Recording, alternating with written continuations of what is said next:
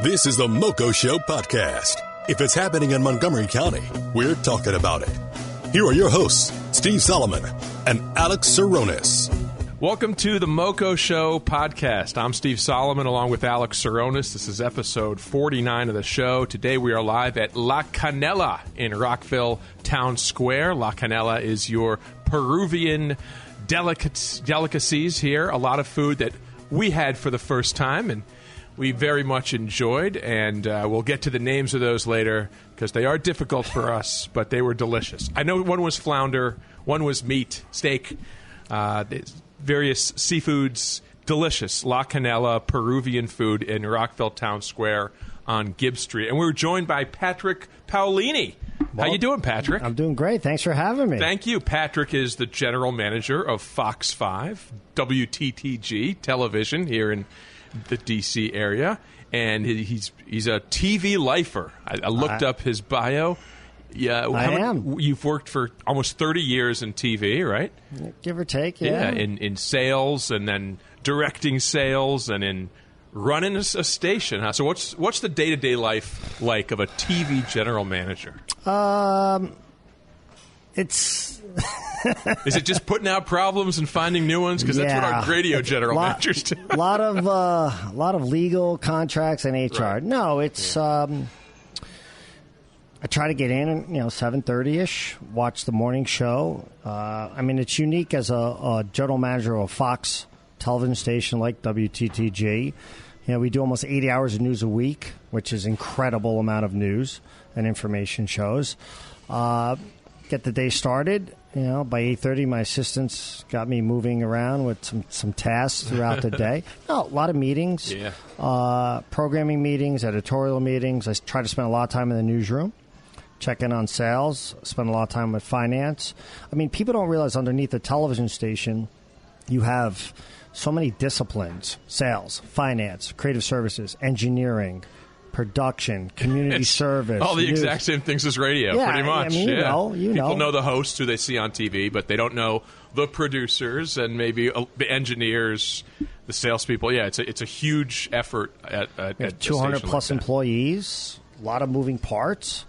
It's. But you're responsible for everything that we see on Fox 5, right? Yeah, for the most part. Obviously, from an editorial standpoint, I have news directors, assistant news directors, executive producers, content managers, and so forth.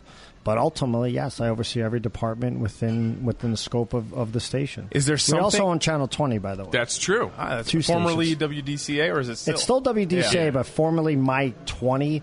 Well, actually, back in the heyday, it was DC 20. Yeah. And then it went to My Net 20, and we've since rebranded it Fox 5 Plus. So is there like a favorite that you're like, no, I really need to keep that rerun going? Is there like one thing that like everyone's like against and you're like, no, if we don't show Gilligan's Island. No matter what you do, whatever change you make, guarantee there's backlash from people who it's pissed off. Yeah, you know what? It's funny you say that. So we're actually on the verge of launching a 4 o'clock news. Okay. July 8th, we're going to enter that time period, 4 p.m. And we have Judge Judy there. I'm so nervous to move Judge Judy. They're fanatical fans. I know I'm going to get inundated Where are you with moving her to? 3 o'clock. Okay, so she's staying on the station. She's staying on the station. That's even better. So just DVR her at 3 if you love Judge Judy. And then we also air the two, the third run we call, and fourth run on DCA at 6 o'clock. So different episodes? Different episodes. So are they still making new ones? Oh, yeah, of course. Oh, wow. I'm the boss, applesauce. Judy, she's worth a lot of money. She sure is. Like in the hundreds of millions. Because she owns the entire thing. She actually just sold the entire library to CBS. Wow. Domestic television. Good for her. And made a mint. Wapner, I don't think, had the People's Court stuff. Is Wapner still around? I don't believe No, so. not from a TV standpoint. I like People's Court. Judge Millian is now the one. We watch all the judge shows. Judge Judy. Love Court. Court was a great genre. Yeah, it still is. of course. Advertisers like it. Certainly the attorneys who advertise on Absolutely. Greenberg and Betterman. Science and Kirk. We got them all. Slocum, all of them, right? Yeah. The DC Hammer. Mike the Slocum. DC. You remember it. They help pay the bills. Yeah. Hey, you take whoever advertises. I know how that is. But so Patrick's also a MoCo guy. That's why we're having him on the show. I am a MoCo guy. My entire tenure in this. So I moved here in late 2001, December 2001, and I've been in MoCo now the entire time in the Gaithersburg area. Awesome. Are you excited for all? So Gaithersburg's got a whole bunch of changes coming. Rio's undergoing renovations. Lots of new things going to Crown. Kentland's has like 7-8 new places coming. You excited for all that? Excited. So we just we lived over by Quince Orchard High School, and we just downsized I have a 24-year-old who's... Get out of here. Yeah. I know I look 30. Patrick looks in his 30s. No. Although he's older than me, which I can't believe. Okay. She's self-sufficient or partially self-sufficient. They're never really self-sufficient. My son will be a senior in college next year, so we decided to downsize. We moved into the Ketlands, and we love it. We can walk places. We spend a lot of time in Crown, downtown Crown and Wine, which I know you said you frequent, and excited about the changes. And, it's part of the reason or one of the reasons that, we went through a 3-year search for a new location for our station. For your 50-something-year-old building. I know. So right? We've been in the building's 1966. Yeah. And long story short, we need to leave our facility in 2021. And we're actually moving to Montgomery County. Awesome. We're excited. To the Apex. The old Apex. Which is we can kind of mix this in. It's our old school spot. It used to be home to United Artists Movie Theater, and then became Regal after Wisconsin that. 72 Wisconsin. Bethesda Avenue, right? Elm and Bethesda. Between Elm and Bethesda? Elm and Wisconsin. Right on the corner. At Elm and Wisconsin. I think I went on a date there once. Every show you've got a date story someplace. It didn't work out. I was 16 or 17. Oh, okay. We're no longer together, but I'll bring my wife by the new Fox5 studios. Right. She will. On a date. You're more than welcome. Awesome. We're not going to have a movie theater, unfortunately. That's okay. But she'll be making stuff in there. But that's downtown Bethesda. You can't get much better. No, we're thrilled. We're going to be right up, one block away from Woodmont. There's tons of construction going on there. It's a vibrant area, and I'll just say this: Montgomery County and the state of Maryland, all kidding aside, were fantastic in the process. Obviously, we had an extensive search. We looked at Virginia, obviously remaining in D.C., and the Maryland Economic Development Group, run by David Petter, was fantastic. Larry Hogan, Governor Hogan, stepped up. Cool. The state, and Ike Leggett was fantastic. Now, obviously, Mark Ehrlich also he's been great, but Ike really was the one started who the deal. Started the deal. It's a multi-year process. It's a long process. When you're moving to TV stations, satellite dishes, generators, fuel tanks, the infrastructure, transmitter. I mean, you could imagine. You're in radio. Yeah, in radio, it's months and months, I imagine, in TV. And it's even more. With 200 employees all, too. My phone extension is not working, Patrick. Well, we'll get to it, I promise. It'll be some growing pains. I'm so nervous for June of 21, though, the cutoff. Well, you got to be moved in. Oh, we're going to be moved, but it's like that, Oh, yeah. You just hope you go back on the air. There's a big red switch where you ka-chunk, and it goes to the new place. But, I think we've moved 5 times in the 19 years I've been at the radio station, and it's never pleasant. I know TOP just moved. TOP moved. That was a huge move. I mean, they're the granddaddy of radio stations with a couple hundred employees probably, and they moved, and they were extremely quick about that move, because I know people who worked there, and it was quicker than our move, and we're a fifth the size of TOP. So they did very well, and it is nervous. Much like moving in real life, it's one of the worst experiences you'll ever have to endure. Where's my checkbook? I don't know where anything is. Yeah, but moving a TV station that ends up not on the air, that's, a fireable offense. That's true. You're going to hear it from the bosses at network. I'll be doing a podcast. You already do a podcast, I Patrick. do, but I'll have to really try to make a living with it. When I Googled you, I'm like, who's this guy, Patrick Paolini? I got to learn about him. And I saw you do a podcast with Sarah Fraser, former radio person who's in podcasting, like me. Yeah. She did very well for herself. She was at Hot 99.5 when I was... For years, I went to New York, came back, does her own podcast, was very successful. She's doing very well. All us podcasters wish we could do She works hard. Well. But I saw that, and it was cool, And you have different people from the station on. All the time, with different people, different topics. I heard, Tom Fitzgerald was on. I like Tom. Yeah. So I got pretty a question cool. about. So from the station, if you all were to go to like an outing all together, who's the most recognizable? Who's the person that's going to be stopped the most? It's got to be Sue. It's got to be Sue, She's right? been Is here it Sue? forever. It's a few. It's Sue Palka for sure. Allison gets mobbed. And then a few others. But I would say that when we, especially if we're, when we do these zip trips on Fridays, you may be familiar. So every Friday from Memorial Day to Labor Day, we hit we started off in Silver Spring, then went to Haymarket. This week we're going to be in D.C. Eventually we'll be back in, Germantown and Montgomery County. We have to hire a lot of security because our talent resonates with the community. They really, so do some of the talent from the other stations. It's a great TV market, but because we do so many hours, we have so many recognizable people. Right. It's fun. I mean, definitely. It's and you were telling us off before we started recording that TV is some stations are O&Os. They're operated by the company. Some are owned by a different media company. But NBC, ABC, CBS have pre-existing programming that they all air in lots of markets. Fox, as you said, does 80 hours a week of your own. We do 80 hours a week of our own. Some like Wendy Williams, The Real, TMZ fill in those gaps, but every morning we do 7 straight hours. That's a lot. Yeah, so 4 to 11 a.m. every morning, and then obviously the evenings, and we're doing news on the Fox 5 Plus, so it's keeps our. I mean, you have the monopoly at a lot of time periods. You've always had the 10 o'clock news, and no one else. Every other network's airing network programming. That was the best growing up for as you know, I'm into snow closings and delays. Of course, it was the best because we'd get it first. We'd get the news first. Yeah, like all right. Sue, let me know what's going to happen, and I'd know before anyone. And then 11 o'clock came. I was like, who cares? I've already seen this. Now you get the alert, but on your phone. Well, you go to Snow as well. You go to MoCo Snow or Fox 5 Weather. But it's interesting though that you say that because as you've adjusted with your app and others, we have to adjust. People are getting information from as you know, in so many different platforms. So it's kept.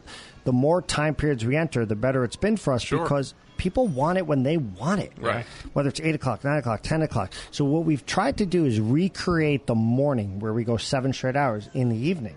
We're like, why are we only doing 2.5 or 3 hours in the evening when people are watching? Let's be on at 4 o'clock, 5 o'clock, 6 o'clock, 7 o'clock.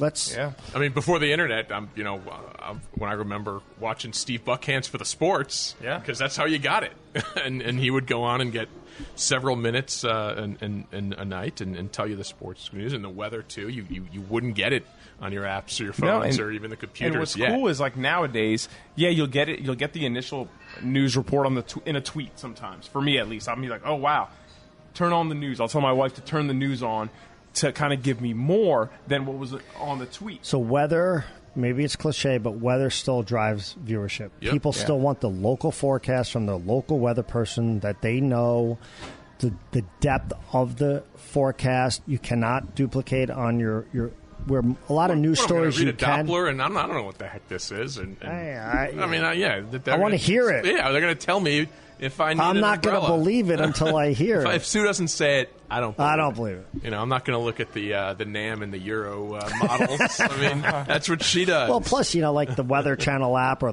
even our app, it gives you the little cloud with the rain. Right, what is that? Is it going to rain on me? No, I got to golf tomorrow. I want to hear from Sue. Well, the Weather Channel app will give the biggest totals. So we're supposed to get 4 to 6. The Weather Channel will be 6 to 12. Oh, everything's a disaster. Yeah, it's you're going to get 2 inches of rain, and they're naming the storm. Yeah, By the way, our weather people, they hate the fact that it's like a rainstorm they're naming. It's all a marketing driven thing, probably. Yeah, so people know this storm with this name, you can sell T-shirts. And I'm good friends with the president of the Weather Channel, so okay. Sorry, Tom. Hey, it works. We remember the name of it. So. I got a question about is pursuing on-air talent, is it kind of like free agency? Is there a tampering period? If I was to say to you, if there's one talent in the D.C. area that doesn't work for you right now, are you allowed to say, I want this person? Or is it tampering? Well, he told you it was me before the show. I told you I've got a deal and there's a non-compete. It depends on their contract. Right. Okay. So without getting too, are non-competes standard for like 6 months? So it is in radio. So in Washington D.C., you're not allowed to have non-competes. Really? Yeah. Wow. So when we move to Maryland, I can then enforce non-competes. Okay. So someone can do the DC 10 o'clock ordinance. news on Fox. Their contract ends. They run over to 11 o'clock. Yes and no. So there's personal service agreements, which then restrict. So you have windows where the station can negotiate for an exclusive period, and then they have X number of months maybe to match that. So it depends on the contract and how it's worded. Is there ever anything like I'm thinking back to WWE, WWF, NWO days? Is there anything where like there's gonna like out of nowhere someone appears? He's here on CBS. What is going on? That's Steve Shanavy right here on CBS. It could happen. It could happen. And he rips his Fox shirt. Out comes depending on the so there was I believe it was I want to say Detroit, but I'm not 100% sure that a person, an anchor, filmed themselves via like Snapchat or whatever, walking across the street to the other station. That's funny. And posted it. That's pretty good. But that doesn't happen that often. I mean, it's like in radio, I'm sure, like contracts are either figured out a while before they end. I mean, usually by May or June, you start talking about the deal that ends in December in radio. Yeah, I mean... Because you want to know and plan ahead. Like, if this person's unhappy and wants to walk, we better think about a plan months ahead. Or we want to keep them, let's make sure we sign them now. Exactly right. Exactly right. And but if they are leaving, let's figure out a way to get the billboards changed, that kind of thing. Get the promos changed, the billboards changed, take her off the website. Exactly. It's how it is. It's a rough business, the media. But you've had a lot of people who have been there for a while and must be happy there because they're still there. It's a really good. It's a great place to work. You seem like a decent person to work for. You don't seem too overbearing like some 70, GMs could be. I would say 7 out of 10 people would say that. The other 3 have been fired, so they don't know anymore. No, but at least in radio, a lot of GMs are just super serious in all business. Why? And I don't know. Some are very cool and my boss right now is great. Like our program director, we call it. He's the one who hired me 19 years ago. He's been there on and off, and he started as a producer, worked his way up. A lot of people when they become a boss forget everything else. But if you've worked in sales, you can identify with that. He worked in programming. You can, so you can identify with the people's everyday job. And plus I would think, I'd hope, I'm a better general manager today than I was when I first started. Like, you don't know what you don't know. Right. And you're learning on the job, and you make mistakes, but that's okay. As long as you're fair and treat people with respect, and there's so many moving parts, and you have to rely on your staff. Right. I mean, all this sounds cliche, but you do. No. I mean, we have so many people. I don't have a degree in finance, so I need to be asking the right questions of my finance person, sales, and so forth. But, man, if I tried to do everything, we'd be in trouble. Right. If you're hiring somebody, you're like, he better know more about finance than I do if he's going to be the guy who's running the finance. So that's how it is, I think, in all businesses. You have to hire people who will make you look good because they're smart and know what they're doing. So and let them. Don't be afraid to let them. Yeah. So, Patrick, I saw you tweeted about this. You were as outraged as I was. I saw you tweet about the spelling bee. Yeah, ridiculous, right? I went on about a half-hour rant about the spelling bee last week after that happened. I couldn't believe that spelling bee, which is here in our area every year, the National Scripps Howard Spelling Bee, had an 8-person tie, and they just stopped. Yeah. And as sports fans, I'm sure a lot of people are like, what's going on here? It was outrageous. First of all, the spelling bee bothers me because it's always words no regular human knows. And now they're just memorizing. I mean, they're super smart, much smarter than me. They're brilliant with these photographic memories. But they have photographic memories. I mean, we got to figure out a way to not have 8 people win. There's got to be harder words. But it's a trend. And I'm not going to go on a soapbox here, but Quince Orchard High School, where both my kids went, I believe they had 21 valedictorians this year. 21? There's something wrong with that. You can't do that. You have to have a tiebreaker. Yeah. There isn't one anymore? No. Really? Who got 21. And a lot of schools are getting rid of them because they don't want to offend the other. Yeah, it's like not fair. Right. Oh, I mean, you're a teacher. What's going on? I mean, you don't. Look. It doesn't. I'll tell you this. Other than for the valedictorian, it doesn't kind of push anyone forward. It doesn't help. So it's like this unhealthy competition. I think that's how a lot of people because no one can attain. Most people can't attain that. Right? Yeah, I mean, you saw what happened to Jesse Spano when Screech was awarded the valedictorian of Bayside High School. It tore Jesse apart, and and he struggled ever since. Yeah, I mean, look, she became a showgirl, and a lot of things happened. So. There's that. But I think I did the spelling bee until like 5th grade when we just had the class spelling bee, and it was words that we all have heard of, and I just stopped after that. I'd be lost without the spell check on on Outlook. I better fix it here. Yeah. But it's a fun once a year thing. They do need to figure out a tiebreaker. It is unbelievable. And somebody actually suggested, I was listening to, I can't remember who I was listening to, and they were like, well, then maybe you should count up all the time it took. Like, come up with some tiebreaker. That's pretty good. The time would be huge. Over 12 rounds, you took X number of minutes to answer all and you're the winner. Yeah. They have come up with cool new things. 'Cause I've been watching this every year since they started doing it. And now they have the word written up so you can see what it is, because we don't know what it is or how it even starts. I'm like, that's how it's spelled. It starts with a TJ. I thought it was a CH. I have no idea. And it gives the origin and the definition, and it highlights as the person's spelling, and then a red letter when it's wrong. So they've at least advanced technologically. But it's remarkable that... So I heard the average time was 31 seconds. Through all the rounds. I mean, that's amazing. Like with the questions they ask and everything. Sometimes, and they ask the same question twice. Well, come on, man. Sometimes they just want to hear the word a bunch of times, because none of us have ever heard it. There needs to be a time limit. Purposely delaying because they know the answer right away. Yeah. At least they put some drama. Now. There used to be no clock. They just sit there forever. But it used to eliminate players because I guess kids are just getting smarter. Everyone's getting smarter technologically. So who knows? So our MoCo Celeb of the Week we should do is someone you may not have heard of unless you're a golf fan, but it's Denny McCarthy. And he's a professional golfer on the PGA Tour, born in Tacoma Park. I thought he hosted Singled Out. That was Jenny McCarthy. Okay. Jenny McCarthy. He's not an anti-vaxxer, I don't believe. He believes in vaccinating your kids.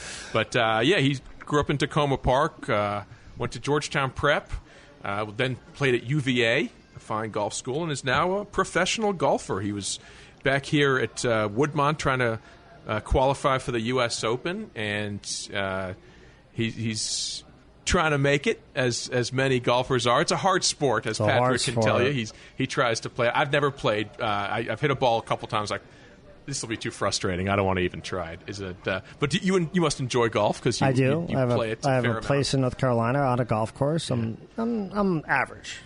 Fair enough. Are you a guy who'll throw clubs if he? No. Okay, that's good. Yeah, please. I use it as a drinking excuse. There you go. Excuse to drink. That's a good excuse. Ninth hole. Let's stop for a while to get some beers here. But he's a local guy, and I think Fred Funk's probably the most famous MoCo golfer of all time. He was. I mean, to make it on the tour now, you have to be pretty good. There's so many great golfers. Yeah. I mean, international game has exploded. And it's difficult. Yeah, I mean, what is it, top 125 have their card and don't have to qualify, but everyone else has to qualify and try to get your card. You go to Q school. You might play on the Asian tour or the Sunshine Tour in Africa for a while, the European tour to try to get in. It's I believe very he's difficult. I believe he's had his card for a few years. Yeah, right? Yeah. But he's not. He's not a household name to maybe non-golfers, but he's making a living playing golf, and it's a good living if you can get it and be on the tour. But yeah, he's a local guy. I don't know if he still lives here. He probably lives in Florida, like every golfer does. Yeah, they all do. They all do because why would you live here if you can live kind of thing? But I'm sure some McCarthys are probably still around who might hear this and hear us talk about him. We're in Tacoma Park, and we're just happy to highlight him as the celeb of the week. And we mentioned the old school spot of the week briefly, the Apex building. Yes. That Fox 5 will soon be. So one of the interesting that we negotiated, there's the way they're going to design the building, there's going to be a little plaza. And we've negotiated to have the canopy, because that's where the Purple Line and the Metro are going to originate from. Well, actually, it's the Metro Bethesda stop, and it'll be the end point of the Purple Line. and we've negotiated the canopy. So it's going to be the Fox5 Plaza with our ticker going. What'd you around. pay for that? That's really cool. That's part of it. There's going to be a ticker, something like New York City style. Yes, That's awesome. Cool. That's We're really going to have a 24/7 news ticker. That's Wow, good stuff. awesome. That's Very really cool. awesome. Yeah, it's a whole area that I remember from the theater. There was a big outdoor So area that's that you walk going to remain the plaza. Cool. Yeah, Purple Line's probably good for business. More people. It's like That won't. I believe that's 2022. But right after you guys will be opening. Yeah. Hopefully, Maybe a little longer. We'll see. I can't imagine it being ready. Yeah, probably won't. probably not. They're We'll still see. digging. Yeah. It's like the 270 expansion. Yeah. Well, we'll see what happens with that When soon. I'm 74, we'll see. Well, tomorrow if the I'll have a state little will less be traffic. voting on it. We don't want to delve too much into the Yeah, we'll see what happens. politics of exciting. traffic, because no matter what you say, someone's not going to like it. Oh, trust me, I've heard. I've gotten feedback from my Yeah. comments. But, whatever. That's all right. Let's just get into the openings and closings. Yeah. We got a whole bunch this week. Hakuna Matata Grill. Hakuna Matata. It's coming to Wheaton. All right. It's taken over the location that was formerly home to McDarrow's Grill for about a year. And they're going to be serving East African cuisine. Cool. So that's exciting. They must have paid royalties to Lion King. You know for this, what? right? Probably not. They no? might have to change their name in a little bit. I don't know. I think you go through that before, so you don't know. So you know. Yeah. Or maybe they have, or maybe you can just say because it's just an expression. Just an expression, yeah. Who knows? Yeah, like having. I mean, there is Cinco de Mayo coming in. Yeah, in the that's calendar. true, too. Do they pay royalties? I don't know to who. Can you make a 4th of July restaurant, or do you have to pay America extra money? I That's a good question. Very good question. East African food. That's pretty cool. Coming to Wheaton. Yeah, and then there's another, and right next to Knoll Station Beer and Wine, Where we just were a few weeks ago. we have La Gelateria. La Gelateria. Yeah, and it's a gelato spot, gelato and coffee, and it's opening in Kensington. It looks good. I'm excited to go try it. We have an invite from them, so we Cool. can head on over there whenever We'll hit want. every Kensington location then within a few weeks. Yeah. We've been Well, to yeah. a bunch. It's a We great have. place. And then also, speaking of ice cream, we got Murenko's, which the MoCo Show rated a couple years back as the #1 ice cream I in know. Montgomery County. It's coming to Rio. There's one in Silver Spring, in downtown Silver Spring. They're opening a Rio location. Cool. Oh, that's They're exciting. opening it where 16 Handles was. It was going to be the Baked Bear. Baked Bear backed out. 16 handles. 16 handles. There's a handle store? Frozen yogurt. Oh, okay. So right across the movie theater. Right across, right outside of the movie theater. So you can go work out at the gym and then go to Marenko's. There's no gym in there that's anymore. Right. It's going to be a Dave and gone. Buster's. It's Dave and Buster's. You're gonna play at Dave and Buster's, and you're gonna So watch a movie. people eat ice You're just cream. going to gain a lot of weight, watch movies. Yeah, exactly. That's my kind a of good life. That's living. But yeah, I saw your picture and posted that. Looks good. I'm Ice cream. excited. It's fun flavors. It's not like little fake. Hopefully flavors. they invite us out when they open. Oh, they will. I could eat just We'll ice be cream. there. if you We'll want. be there.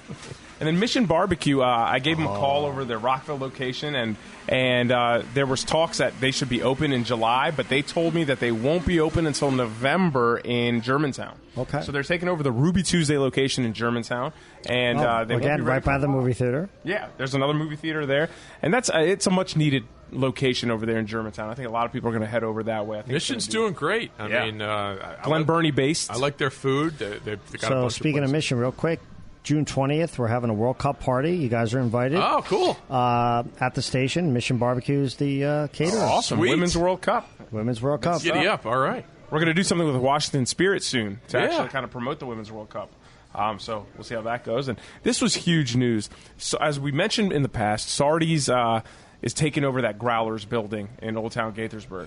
But instead of keeping it a Sardi's or making it a Sardi's, they're going to go with Selva Brewing Company, which is Selva means jungle in Spanish. And what they're going with I don't know what this means, but South American tropical rainforest infused flavor type of things for their beers. I love rainforest. It's delicious. love The beer. rainforest beer. It'll be interesting, but they'll have food from. It'll be Sardi's type food. They have Cool. Pika in Germantown is theirs. But they're also going to be focusing on barbecue. So it's going to be an interesting place, and I think it's going to kind of turn Old Town Gaithersburg around a little bit because it's something exciting, and nothing exciting has gone there in a while. Poke Dojo opened. I actually had it for lunch today. It opened look at in that. Bethesda Row. It's actually Wesley is the owner. Oh, yeah. So Our you- friend Wesley from Cushy Sushi. Cushy, the other and, sushi and place. Hanaro. Awesome. I went over there. I got 6 bowls for my coworkers. All So I right. brought them all lunch, and we ate poke bowls today. And then finally, Omaha Steaks is closing in Rio. And the funniest comment was some guy said, my grandfather's rolling in his grave right now, because they kind of made it seem like a lot of people were commenting like nobody goes to Omaha Steaks anymore. It's kind of like a thing of the past. And for me, I kind of think of it as like when I first started getting old enough to get my dad presents, I'd always think, I'll get him like a package of steaks. Is there one still in the Kentlands? That one moved to Rio. Oh, and now it's closing. And now it's closing. The Impossible Steaks are going to take over, I believe, to not even meats. I love steaks. They're top 5 They're great. food. Yeah, well, I went to Omaha Steaks to get the story, and I ended up buying. See? This woman came in, she had this coupon, and everything must go. I bought them. So I bought a whole bunch of steaks. We'll see how they are. I haven't had Omaha Steaks in years. And then sad news. Yeah. The Durwood Peacock. Well, there's actually some happy news. Another peacock. So let me tell you the story. There was a peacock, 2 peacocks running around. Two Durwood. peacocks came into a bar. 2 peacocks running around Durwood. One of them got captured quickly. Apparently, the owner is very religious, views the peacocks as a very spiritual animal, so he kept a whole bunch of peacocks In his yard or in his home? I don't know if he had like a peacock cage or like a fence. I think super fenced in. you need a fence, I think, right? Yeah. Well, I don't know. They got away, caught one, but the other one was spotted. And I'm talking for like a week. People were taking pictures of this peacock in Durwood. Look at this peacock. Here he is. Got to catch him. Can't catch him. And then one lady posts him. She's like, I'm typing this with tears in my eyes. Oh, no. The peacock has been killed all the way on New Hampshire Avenue. Wow. And By a car? By a car. It was hit by a car.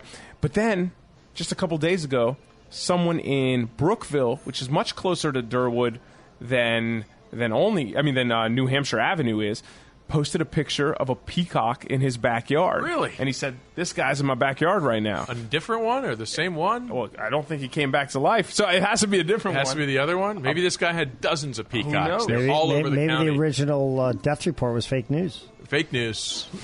It's probably your rivals at NBC doing some marketing thing. The damn peacock. Damn peacock. They're We got taking over peacocks Durwood. everywhere. Exactly. Well, a lot of them are looking at you because of your popularity in Durwood. Exactly. For answers. If only Durwood had voted in the county council race, I'd be on your county council right now because I had a lot of support in Durwood. Was that a tough loss? I knew it was going to happen because I didn't have any money to spend, but... You also ran against like 35 other I people. did, who had hundreds of thousands of dollars. But yeah, they were good people, too, and probably had more experience than I did. But, 2022, it's coming up. Oh, it's coming up. We might go try for again. it. We It's might. coming up. So you went to Taste of Wheaton. I did, yeah. How was it? So Taste of Wheaton was pretty cool. That's where I live. It's in my backyard. I've been to it a bunch of times now, and it's speaking of expanding, they're expanding in Wheaton too. They're moving the National Capital Parks and Planning Commission headquarters there, and they closed off a couple of parking lots. And our friend from Angel's Pizza and Pasta were there. Our guy Marcel and Angel, and about 30 other restaurants from the Wheaton area had tables and very reasonably priced food. I mean, I got a funnel cake from IHOP for $1. It was great. Oh, that's awesome. And they had kids rides. Like they had this little roller coaster thing, a moon bounce.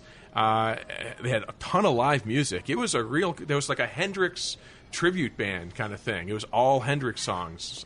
It's like Purple Was it Hendrix. all one day? Yeah. So like noon to 6 kind of deal. It was a huge event, and must have been hundreds of people there when I was there, and probably thousands throughout the day. So pretty cool event. You can try all sorts of different food there.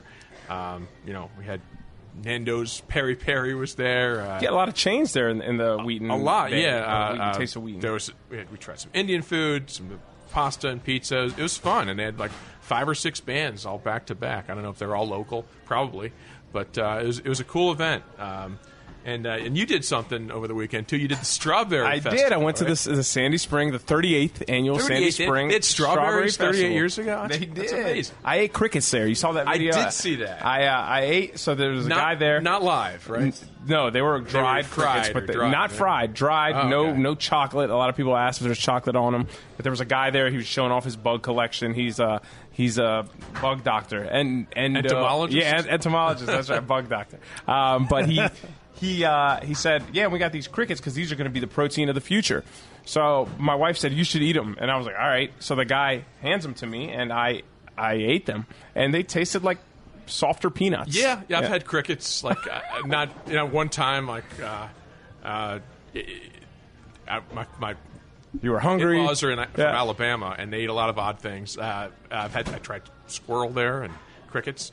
Squirrel tastes like chicken. Yeah, squirrel I've had. Yeah, tastes like chicken. And the crickets tasted like it was like peanuts or any sort of crunchy thing. It's not as disgusting as I thought. And I'm like a weird germaphobe kind of guy. I don't like trying extremely odd.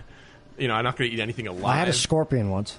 Alive? No, it was dead. How was it? Do you eat the tail or like the meat part? In Baton Rouge, Louisiana, after a marathon, they took it out of formaldehyde. They put it in a Jameson shot, put it on fire, boom, and you down the scorpion. Flaming scorpion. Flaming scorpion. It's no weirder than like lobster or crabs. The thing's just walking around like a scorpion. It looks like a mini lobster. Yeah, they all look like that. I didn't try to taste it. I just swallowed it whole. It didn't pinch you on the way down. No. A little pinch. But hey, there's all sorts of exotic foods out there that other people have that we're like, oh, that's disgusting. I'm sure many people find eating cows or chickens or pigs disgusting. I think they're delicious. Yeah, they're called vegans. Yes, they do find it disgusting. I don't know how they do it. I eat meat almost every day, some type of meat. But it's fun. There's something going on every weekend in Montgomery County that there's tastes of that you can find. Even my local community, Kemp Mill, had their community day, much smaller scale than Taste of Wheaton, but they had the few restaurants that were in the area come on out, and there was a moon bounce, and there was a dog trainer there. You're big on the moon bounces in that area. Moon bounces, yeah, they're fun. Who doesn't like a moon bounce, right? I'm sure your kids were on the moon bounce when they were younger. They were, yeah. It's still fun. So moon bounce Royal Rumble. Yeah, that'd be fun. Those are fun. I mean, it stands the test of technology time. Kids still like a primitive toy like a moon bounce. That's right. Just fill something with there, and there you go. So the MoCo Sports Hall of Fame. Yeah, that's your thing. That's my thing. I'm one of the board of directors of the MoCo Sports Hall of Fame. Something we launched just a few weeks ago officially. The first annual ceremony is this September 13th, and we are open for nominations. So Alex posted a few weeks back when we started the kickoff event where we had Sean Springs at, and a bunch of council members were there, and we launched the MoCo Sports Hall of Fame, and we put out, who do you want to see in it, and now the nominations are open. So over the entire month of June, anyone can go to mcshf.org and see about our website and what we're going to do. Well, I'll put that out there just so people can know. But so Good Counsel has this football camp coming up. We were invited to it if we want to go. Sure. But they're going to have Stephon Diggs of the Vikings, Kendall Fuller of the Chiefs, formerly of the Redskins, Dorian O'Daniel of the Chiefs. He's a Clemson guy. Lewis Young, he's a free agent. Jelani Jenkins, QO kid, I think. Yeah. A whole bunch, 5 other guys. So a total of like 10 former Good Counsel NFL players are going to be there, and they're all candidates for the Hall of Fame. I'm sure. There's different criteria. Obviously, if you grew up here, or maybe if you played for a local team and then stayed here, something like that. There's all sorts of people you think of. Larry Michael. There's announcers, Northwood. Guys. Yeah. All sorts of people. Tim Kirchin, Scott Van Pelt. Yeah. Or Chick Hernandez. So who do you think is like a first ballot Hall of Famer? There's some people that you automatically think of. I'm shocked that Montgomery County didn't have a Hall of Fame. They didn't. I mean, there's a Maryland Sports Hall of Fame, a D.C. Sports Hall of Fame, a Mid-Atlantic Sports Hall of Fame, a Virginia Sports Hall of Fame, but there never was a MoCo Sports Hall of Fame. Trish Heffelfinger is our chairwoman of the board. She ran the Maryland Sports soccer plex for 20 years, and she's kind of spearheading the campaign, and there's about a dozen of us. A longtime TV sports guy, Joe Yasheroff, is my colleague on the board there. So, a lot of people who are either in media or in sports or part of it or both are just interested, help move this thing along, and we're very excited to launch it, and hopefully it. How many? You thinking 5, 6? Probably. We haven't set a specific amount, but most Hall of Fames do between like 5 and 7. Especially for the first class, we're thinking of, we all have in our mind who we want or think should be in it, but we want people's opinions, and just go to mcshf.org, and you can just Google Montgomery County Sports Hall of Fame and to find more about it. We got Twitter, Facebook, Instagram. I think trying to build get the word out there that it's existing. And is anybody like campaigning yet? I don't know if they're campaigning, but Sean Springs showed up. Sean Springs showed up for the event, so he's definitely trying to get himself in there. I mean, he's a legendary Spring Brick guy, Redskin. He still lives in the area. He's certainly qualified. He's very good. That'll be up to the committee to decide. I think all of us will have to decide at some point. But I think it's a cool thing that a lot of people are excited about, and hopefully the event goes well September 13th. And not only and we are a nonprofit. We're not doing this for money, so donations always accepted, corporate or private, to help us out to make this event something special. It's going to be at the Silver Spring Civic Center, the big ballroom there. Nice. And, we're excited about it. So it's about 3 months away, and all of June, someone can go to the website and nominate whoever they think should be in the Hall of Fame. They can't vote, though. Just nominate. Yeah, you can't vote on it.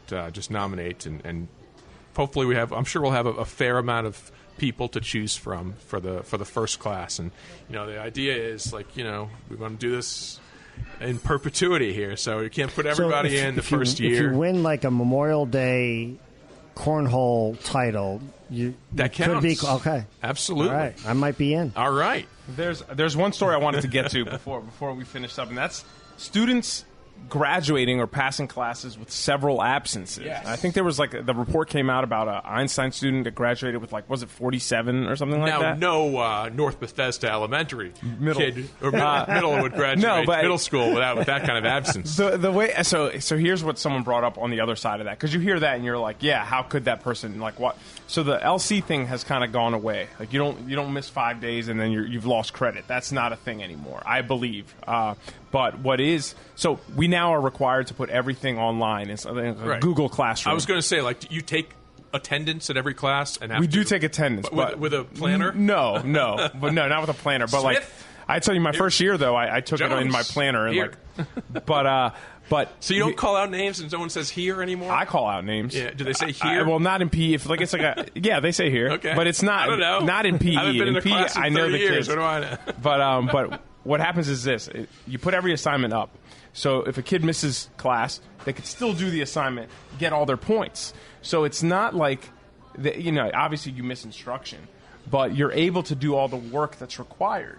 So if you get all your work done and your grades are good enough and you've completed everything, why wouldn't you pass? Mm-hmm. And that's kind of how they're looking at it. Well, that's how I'll look to college. I would not go to a class at all. I'd just show up on the test. If you could, yeah. Well, but some people say, well, what about work? Econ classes went that way. If you don't go to work, you don't get paid. Well, a lot of people work from home. Yeah. So, and that's kind of what these kids are doing. They're if they're getting the work done. I'm not saying that they're and this isn't. I'm not saying this is right. I'm just saying that's the argument for why they are passing. It's not like they're just sitting at home doing nothing and a teacher's like, well, you passed, you're a good kid. There must be some sort of countywide rules of absences, though. There's nothing anymore. It went from the 5 to it's not limits. like if you miss your 9th day, there's nothing like that because people miss, for different reasons. So when we did the story on that Montgomery County was eliminating finals, it went crazy. Yeah. Parents were outraged. How are they going to be ready for college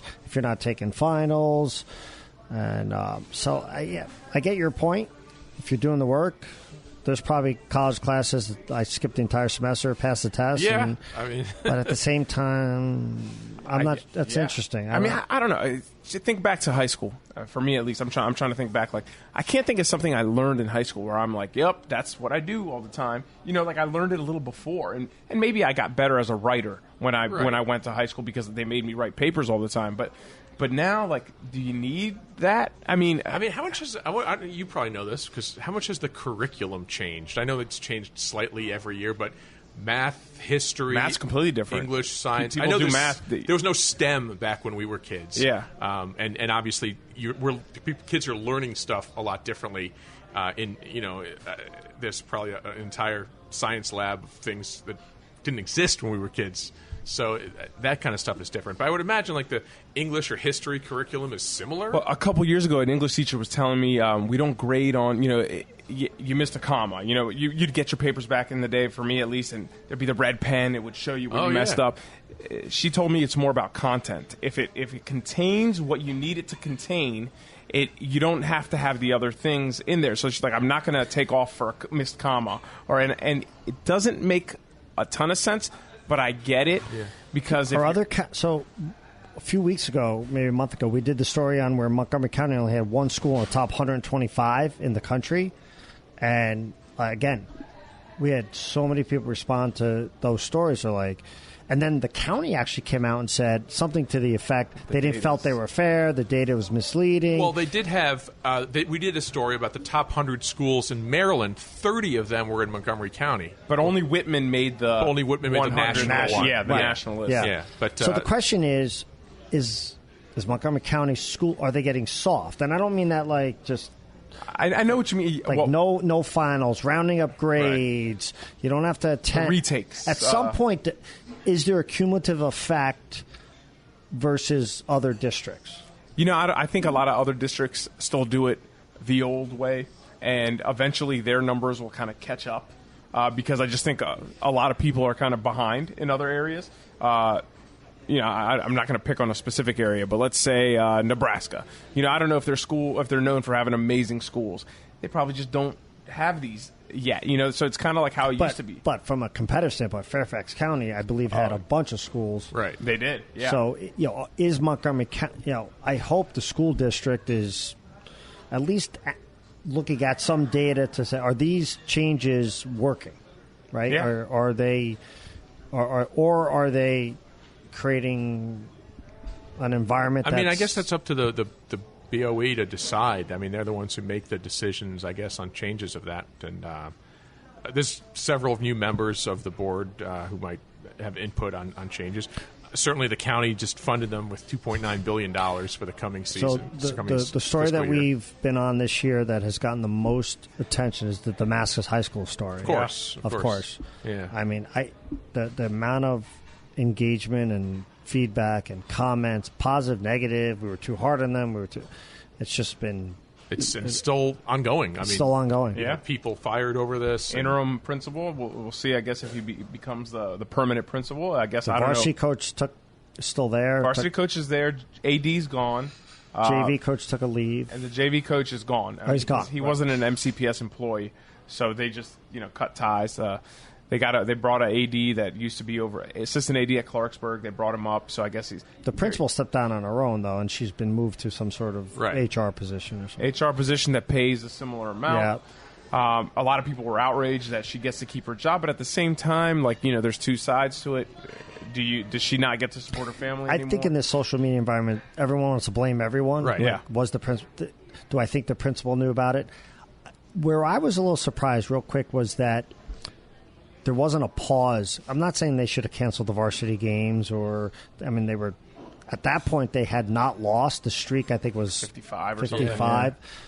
But it just felt like it was there wasn't a sense of urgency. They tried to contain it, and obviously and you had people saying that's been going on for years, right. and if it's been going on for years, who knew what? Yeah. But you must face this as someone who oversees a couple of hundred people. You can't watch everyone all the time. Not at all. Obviously, some things might shift and blame the top, but some things happen you have no idea about. This person did this. This situation was dealt with. And in those situations, I think it's how you react to it. Right. Like, did she react to it properly? Was there the sense of urgency to address it? And the 12-hour thing is the issue. Right. The 12-hour thing. Trying to pseudo cover something. That's the issue. Is a bad look. This is not to compare these two things, but I'm supervising locker rooms all the time. Kids will mess around, and usually nothing bad happens. So let's say Johnny, runs into Willie that day, and nothing. And hey, stop running. It's fine. But what if when he ran into him this time, one of them slipped and something bad happened? Then it's like, where were you all? Where was and I don't want to say it's not our fault, but in that situation, we're there, we're watching. Yeah, I agree with you. I'm not I don't think, let's fire them. Social media right now. It's fire everybody. Fire. It's like that. Although I do think Dave Martinez should go. It's time. Well, Mike Rizzo and the Learners might agree with you at some point here. I know. But I mean, we're worried about that in radio too. Like, I've said something someone hated, didn't like, fire this guy, this idiot doesn't know what he's doing, and I'm like, calm down. I do a podcast as a general manager. I'm nervous. Like, I listened to that thing like 5 times. Corporate communications review, because you don't. I mean, I've edited stuff out. I'm like, man, this probably shouldn't go out. It might. That's probably a bad idea. And I tweet a lot. I read it literally 10 times before I send it. Because you don't know. No, of course. You don't know you're a teacher. As a teacher, I can't. I got to make sure everything I put out is G-rated on the MoCo Show. You know? And I've had the time you're before. just filthy off the air. Well, what do you think about the Quince Orchard teacher who was partying with the did you see that? He's 65, and I think it was. I mean, the guy moved to America, 20 years ago or something, and his defense is he didn't know any better, but he didn't supply the alcohol. No. Did your kids have him when they were at QO? No, I think so. I think my son did. All right. My son knew right away. Oh, he's like, oh yeah, I know that guy. It's a cool dude. It's a tough situation. And I also think people make mistakes. I'm not saying all mistakes are forgivable, but people.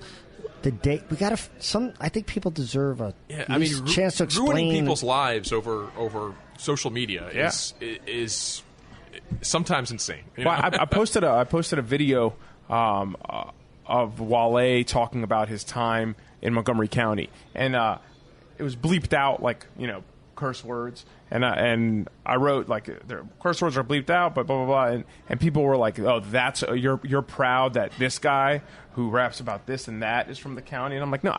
First off, whether I'm proud or not, I didn't say anything about being proud. I'm letting you all know, Wale, platinum selling artist is from Montgomery County. That's kind of a lot of what I do, and people got mad at that. So it's tough. Especially I have aspiring musicians sending me their music every day, and they're like, "Can you please post this?" And I'm like, "I can't. It has curse words." And they're like, "Well, the other day you posted about this actor who was in this movie and curses," and I'm like. All right, sorry. That's not going to get you through. I don't know. That's not going to help. You're right. Send me your song. Post it right away. Send it on over. Yeah. So it's tough. Well, we want to thank La Canela for having us out today. We very much enjoyed their food. Check them out. Peruvian restaurant here at Rockville Town Square. We had the flounder, had some steak, had this delicious dessert as well. We finished off this whole thing. The balls were great. I'm not sure what they were. I don't know what they were, but they were delicious too. And check them out, a full lunch and dinner menu of Peruvian cuisine. And Patrick, thanks, man. This has been fun. great. I appreciate it. We appreciate it. Patrick Paolini, general manager of Fox5 TV. He's been kind enough to join us. A MoCo guy for 18 years now. I said you guys got to come on Fox 5? Absolutely. I mean, if I don't break the camera, I'd be excited I'll have to be there. Of course, anytime. I got to work out a little and then get in shape, and then I'll give you like a 6-week. I've been this fat forever, so the camera must add 20 pounds. I hear that now, but thank you for coming out. This was fun. And before we go, we can introduce. John Lynch, the intern. Lynch. John, why don't you come over here on the camera side? That's right. We're actually recording this podcast on video for the first time. We haven't even mentioned that. Yeah, and here's John. There he is. John's sitting down with us, and John's our brand new intern, and he's going to be handling YouTube, and he's going to be doing a whole bunch of stuff with us. He already went to the Beer and Wine Cellar at Congressional and got his first report going. That's right. He's a reporter. He's doing great. So we want to thank John and welcome him aboard. And he's doing this whole thing on camera. That's right. So there he is. And, YouTube. Check out the MoCo Show YouTube channel. The MoCo Show YouTube channel. Going to be bigger than Taylor Swift, I hear. So big. Yeah, going to be big. That's the plan. You got to be multimedia. Writing, podcasting, TV, everywhere. Multimedia. I love it. But thanks to everyone for listening. Thanks to Patrick. It's been so much fun. Thanks to La Canela again, and we'll be back with you next week.